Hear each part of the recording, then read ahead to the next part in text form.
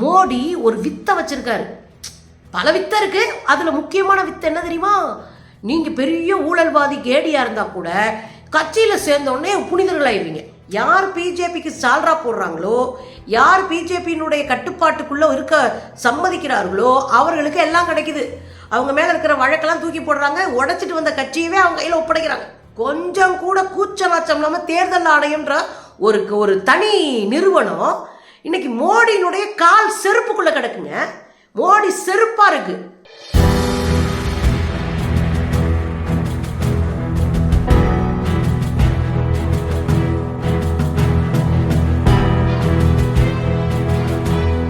வணக்கம் தோழர்களே. குரங்கு கையில கிடைக்கிற பூமாலையும் காவி கையில கிடைக்கிற மாநிலங்களும் நாடும் நாசமா போகும், உருத்தெரியாம போகும். இது அனுபவத்துல நம்ம பார்த்துட்டு இருக்கிற உண்மைங்க. ஒவ்வொரு மாநிலமும் எதிர்கட்சி இருக்கிற ஒவ்வொரு மாநிலத்துக்குள்ள நுழைஞ்சு ஒன்று ஆளுநரை வச்சு ஒம்பளுக்கிறது, அப்படி இல்லைன்னா அங்கே இருக்கிற கட்சிகளை உடச்சி 4-5 ஆக்கி விட்டுறது, அதை வச்சு அந்த கட்சியில் இருக்கிற மிச்ச ஆளுகளை கூப்பிட்டு இங்கே வச்சுக்கிட்டு இவனுக்கு ஒரு ஆட்சி நடத்துறது. ஒரு காலத்தில் கட்சியை தொடங்கணும். இப்போ விஜய் தொடங்கியிருக்காப்புல, கட்சியை தொடங்கணும், அதை மக்கள்கிட்ட சொல்லணும், வீடு வீடாக போகணும், ஆட்களை உருவாக்கணும், அதுக்கப்புறம் தேர்தலில் நிற்கணும், பல முறை தோக்கணும், அதுக்கப்புறம் ஜெயிச்சு ஒரு இடத்துக்கு வரும். இவ்வளோ பெரிய ப்ராசஸ் இருந்தது. திமுக அதிமுக எல்லா கட்சிக்கும் அந்த ப்ராசஸ் இருந்தது. ஆனால் எந்த ப்ராசஸும் இல்லாமல் யாராவது ஒருத்தரை கேடரா வளர்த்து வச்சுருப்பாங்கல்ல, அங்கே போய் ஒரு குண்டை போட்டு ஒரு நெருக்கடியை கொடுத்து அவங்கள மன உளைச்சலுக்கு ஆளாக்கி அவங்கள பிடிச்சிட்டு வந்து ஆட்சி அமைச்சிருது. அப்படி இல்லைன்னா பேரம் பேசிடுறது. 50 கோடி வாங்கிக்க, 100 கோடி வாங்கிக்க, நீ எம்எல்ஏ வந்து எப்படி சம்பாதிக்க போகிற 5 வருஷத்தில், நான் தர்றேன், லம்பா எடுத்துகிட்டு போ அப்படின்னு கூப்பிட்டு கொடுத்து முடிச்சு விட்றது. அப்படி இல்லைன்னா பதவியை கொடுத்து முடிச்சு விட்றது. இந்த கேவலமான வேலையை தொடர்ந்து தன்னுடைய அரசியலாக வச்சிட்டு இருக்கிறது தான் பிஜேபி, ஆர்எஸ்எஸ், சங்க பரிவார் கும்பல். இதுங்களுக்குன்னு ஒரு அரசியல் கோட்பாடு இல்லைங்க. நேற்று என்ன நடந்திருக்கு? ரொம்ப கேவலம்.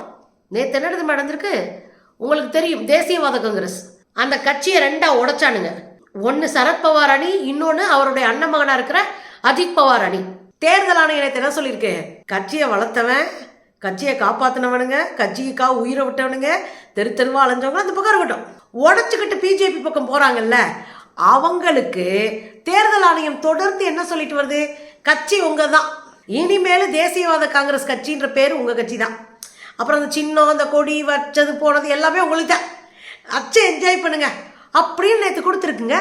பெரிய அதிர்ச்சின்றதை தாண்டி எவ்வளோப்பட்ட கேடுகட்ட செயல் இது அப்படின்னு மூளை சூடாகுதுங்க. அவ்வளவு கோபம் வருது. இந்த மகாராஷ்டிராக்குள்ள எவ்வளவு வேலையை தெரியுமா அந்த பிஜேபி செஞ்சிருக்கு? சொன்னா உங்களுக்கே நெஞ்சு வலி வந்துடும். இதே மகாராஷ்டிராக்குள்ள தான் காங்கிரஸ், சரத்பவாருடைய தேசியவாத காங்கிரஸ், சிவசேனா எல்லாம் ஒன்று சேர்ந்து மகா விகாஸ் அகாதி அப்படின்னு ஒரு கூட்டணியை நிறுவனாங்க. கூட்டணி பக்காவா நின்று அடிச்சு ஜெயிச்சு அங்கே பிஜேபியை ஓட விட்டுக்கிட்டு இருந்தாங்க. இந்த இதில் யார் ஆட்சி அமைச்சது? இந்த சிவசேனா கட்சியினுடைய பால் தாக்கரே இருந்தார்ல, ஊரெல்லாம் அடித்து உலையில போட்டார்ல, அவருடைய பையன் உத்தவ் தாக்கரே ஆட்சிக்கு வந்துட்டாப்ல. இதில் என்ன ஆகி போச்சு ட்விஸ்ட்னா, பிஜேபிக்கு எதிராக களத்தை கட்டமைச்சிட்டாங்க. இந்த மகா விகாச அகாதி கூட்டணி மிகப்பெரிய ஒரு வீச்சோடு மகாராஷ்டிராக்குள்ள காவிகளை நுழைய முடியாத அளவுக்கு ஒரு ஸ்ட்ராங்கான கோட்டையை பில்டப் பண்ண ஆரம்பிச்சாங்க. மிகப்பெரிய அளவில். இன்னும் சொல்ல போனால் ஆச்சரியம் என்ன தெரியுங்களா? உங்களுக்கு சிவசேனா கட்சி தெரியும், அது ஒரு இந்துத்துவா கட்சி. அது ஒரு இந்து என்கிற பேரை வச்சு ஓட்டு பொறுக்கிற கட்சி தான், மதவாதத்தை தூண்டக்கூடிய கட்சி தான்.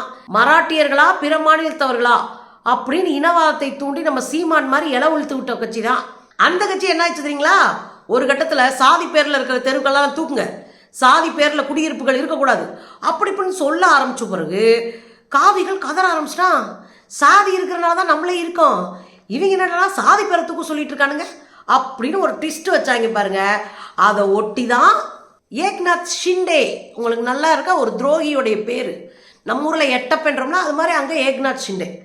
அந்த ஏக்நாத் ஷிண்டே சிவசேனா கட்சியை உடைச்சு நேராக போய் பிஜேபி கிட்ட போய் கூட்டணி வைக்கிறாரு. இன்னைக்கு முதலமைச்சராகிட்டார். மகாராஷ்டிராவுடைய முதலமைச்சர் ஏக்நாத் ஷிண்டே. என்ன கொடுமைன்னு பாருங்க. அதுக்கப்புறம் கடுமையாக பேசுறாரு நம்ம 56 இன்ச் மோடி. ஊழலை ஒழிப்போம் அப்படின்னாரு. அப்புறம் சொல்றாரு 60,000 கோடி ஊழலை இந்த தேசியவாத காங்கிரஸ்ல இருக்கிற அஜித் பவார் செஞ்சிருக்காரு, அவர் கூட்டுறவுத்துறையில் ஊழல் பண்ணியிருக்கிறாரு, ஒவ்வொன்றா எடுப்போன்னு ஈடி அனுப்புனாங்க. ஈடி போய் படுத்துருச்சு, அங்கே வீட்டிலே போய் படுத்துருச்சு. படுத்துட்டு நீங்கள் 60,000 கோடி இது பண்ணியிருக்கீங்க அது பண்ணியிருக்கீங்கன்னா அவர் மேலே வழக்கு. கடைசியில் என்னாச்சு தெரியுங்களா? சரத்பவாருடைய சொந்த அன்னை மகன், உங்களுக்கு சொல்லிட்டேன், அவர் கட்சியை உடைச்சிக்கிட்டு போயிட்டாருங்க. 8 பேரை கூட்டிகிட்டு போயிருக்காரு. இப்போ 43 பேர் ஆயிட்டாரு. மொத்தமாக கொஞ்சம் கொஞ்சமாக போய் சேர்ந்துட்டானுங்க. முதல்ல 8 பேரை கூட்டிகிட்டு போகிறாரு. அந்த 8 பேர் மேலேயும் ஊழல் குற்றச்சாட்டு இருக்குது. 1. 2வது, அந்த 8 பேர் மேலேயும் விதவிதமான கேஸுகளை போட்டது தான் இந்த ஈடியும் இந்த சிபிஐ போன்ற புலனாய்வு அமைப்புகள். மேடையிலே நின்று நரேந்திர மோடி ஊழல் பட்டியலை வாசிச்சு சரியாக 1 வாரம் கழிச்சு அஜித் பவார் தேசியவாத காங்கிரஸ் 2ஆ உடைச்சு அதுலேருந்து போய் பிஜேபியோட கூட்டணி வச்சுக்கிட்டார். சிவசேனாவை உடைச்சு ஏக்நாத் சிண்டே பிஜேபியோட கூட்டணி, சரத்பவாருடைய தேசியவாத காங்கிரஸை உடைச்சு அஜித் பவார் வெளியே போயிட்டார். இந்த அஜித் பவார் கூட போன 8 பேர்ல 4 பேர் மேல கடுமையான வழக்கு விசாரணை இருக்கு. அதுல ஒருத்தர் உள்ளேயே போயிட்டாரு. பிரபுல் பட்டேல்லாம் உள்ளேயே போயிட்டாரு. அவரெல்லாம் தூக்கி உள்ள வச்சிருந்தாங்க. இக்பாலுக்கு மேல என்ன பிரச்சனை இருந்துச்சுன்னா, தேசியவாத காங்கிரஸ்ல இருக்கும்போது அவர் கடுமையா துன்புறுத்தப்பட்டாரு, உள்ள தூக்கி போட்டாங்க. இவருக்கும் பயங்கரவாதிகளுக்கும் தொடர்பு, இக்பால்ல பயங்கரவாதிகளுக்கும் தொடர்பு இருக்குன்னு சொல்லிட்டாங்க. அதோட அவர் நிழல் உலக தாதா தாவூத் இப்ராஹிமுடைய கூட்டாளி அப்படி இப்படின்னு என்னமோ சொல்லிட்டாங்க. அவர் அங்கிட்டு நொந்து போயிட்டார். இப்படி அவர் கூட்டிட்டு போன 8 பேர்ல 4 பேர் மேல ஈடி விசாரணை, நீதிமன்ற விசாரணை, இங்க பக்கம் போனா அது எல்லாம் இருந்தது. அப்புறம் என்னாச்சு?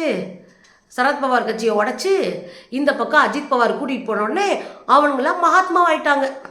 நீங்க மோடி ஒரு வித்தை வச்சிருக்காரு, பல வித்தை இருக்கு. அதுல முக்கியமான வித்தை என்ன தெரியுமா?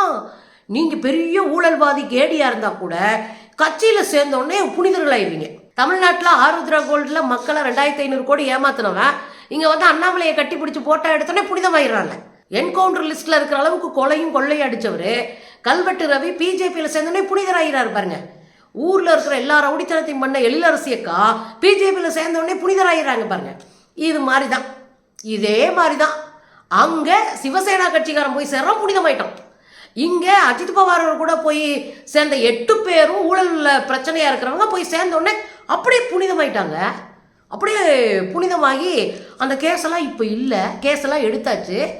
யார் மேலே 60,000 கோடி ஊழல் குற்றச்சாட்டு வச்சாரோ மோடி, அந்த அஜித் பவாருக்கு மகாராஷ்டிராவில் நிதித்துறை அமைச்சர் பதவி, துணை முதலமைச்சர் பதவி, பிரிச்சுட்டு வந்த சிவசேனாக்காரருக்கு முதலமைச்சர் பதவி, தேசியவாத காங்கிரஸ்காரருக்கு துணை முதலமைச்சர் பதவி, நிதியமைச்சர் பதவி. இதுதான் இவனுங்க ஊழலை ஒழிக்கிற லட்சணம். இப்போ உங்களுக்கு ஒன்று புரியுதா? நீங்கள் டெல்லியில் கடுமையான நெருக்கடி, அங்கே ஆம் ஆத்மி பார்ட்டியில் இருக்கிற துணை முதல்வராக இருந்த மணிஷ் சிசோடியாவுக்கு உள்ள போட்டாச்சும் 1 வருஷத்துக்கு மேலே ஆகிப்போச்சு. இங்கே திமுகவில் செந்தில் பாலாஜியை தூக்கி உள்ள போட்டாச்சு கிட்டத்தட்ட 1 வருஷம் ஆக போகுது. இப்போ எல்லா மாநிலங்களிலும் வலுவாக பிஜேபியை ஓட விட்டு அடிக்கிற ஆட்களை எல்லாம் தூக்கி திட்டமிட்டு உள்ள போட்டு வச்சிருது.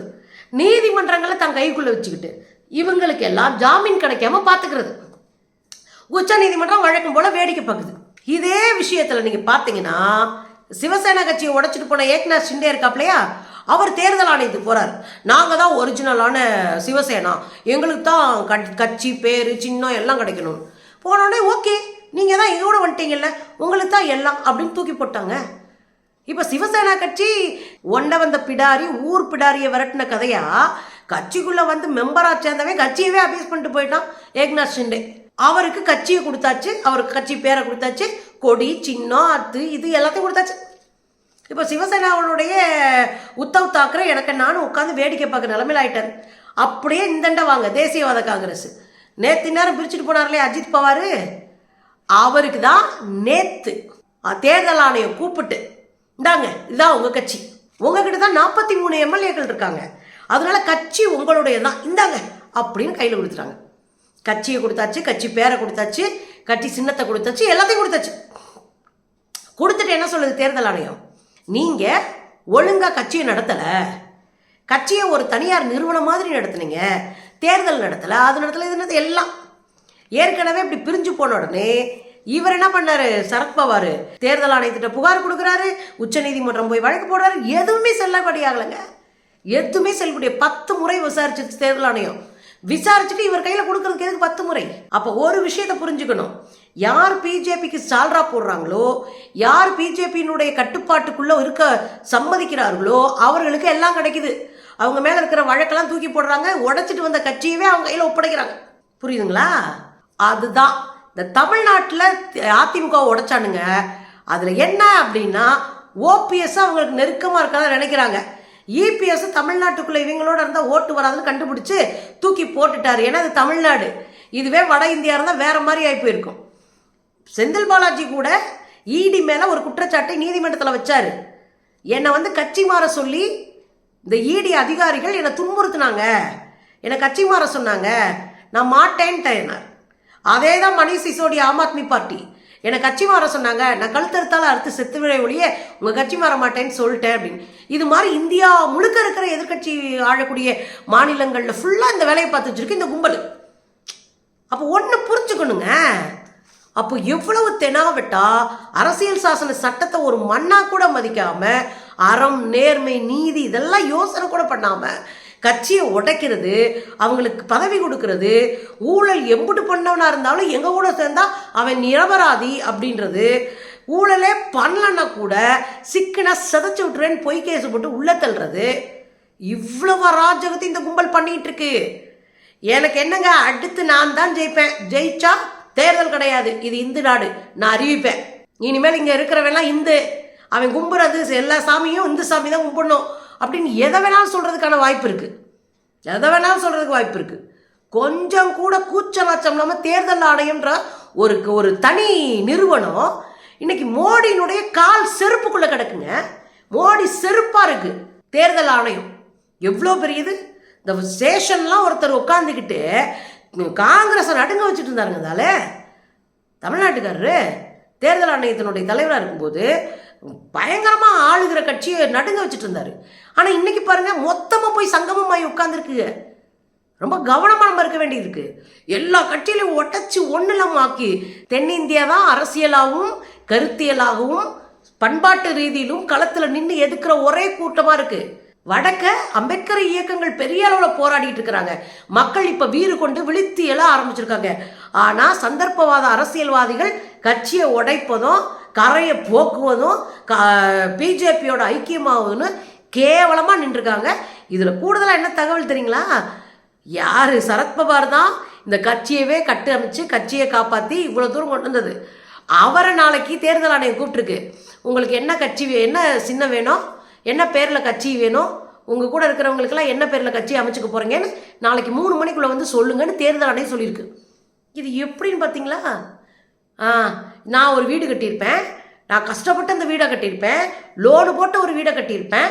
அந்த வீட்டுக்குள்ளே மூஞ்சி தெரியாத எவனோ ஒருத்தன் வருவான், எவனோ உள்ளே வந்துட்டு எங்கள் வீட்டுக்குள்ளே இருக்கிற பிரச்சனையை பயன்படுத்தி 4ஆக பிரித்து எங்களை எல்லாம் உருவாக்குனவன், இந்த வீட்டுக்கு கடன் கட்டினவன், இந்த வீட்டுக்காக உசுரை கொடுத்தவன், இந்த வீட்டுக்காக உழைச்ச ஓடா போனவன் எல்லாத்தையும் தூக்கி வெளியே போட்டுட்டு அவனுக்கு ஜால்ரா அடிக்க ஒரு ரவுடி பேரை தூக்கிட்டு இந்த வீட்டுக்குள்ளே வச்சா எப்படி இருக்குமோ அதைத்தான் இன்னைக்கு அரசியல் கட்சிகளுக்குள்ள செய்யுது. ஸோ தமிழ்நாட்டுக்குள்ள காலை வச்சா கால் இருக்காது அப்படின்றதுல நாமளும் தெளிவாகவே இருப்போம்.